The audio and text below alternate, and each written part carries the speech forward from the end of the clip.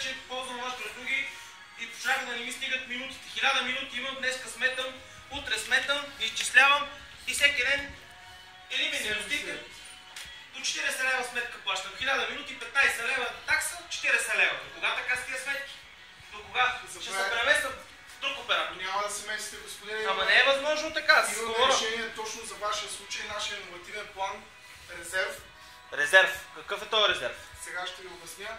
Резерв е единственият план, който обединява, спестява и ви дава свободата да говорите към всички, без да се ограничавате и без да за високи сметки. И това значи, че аз ще плащам само таксата. Точно така. И ще говоря повече. Правилно сте ме разбрали. Това е иновативното по този. А интернета, като не ми стига? Имате резерв пакети за него, господин, да сърфирате и да говорите свободно, без да ползвате този калкулатор. И няма да се налага да смятам всеки ден колко минути съм изговорил. Да. И ще мога да дойда да си платя таксата. Да. А не да платя 40 лева. Точно така. Колко е таксата? 20 лева. Чудесно.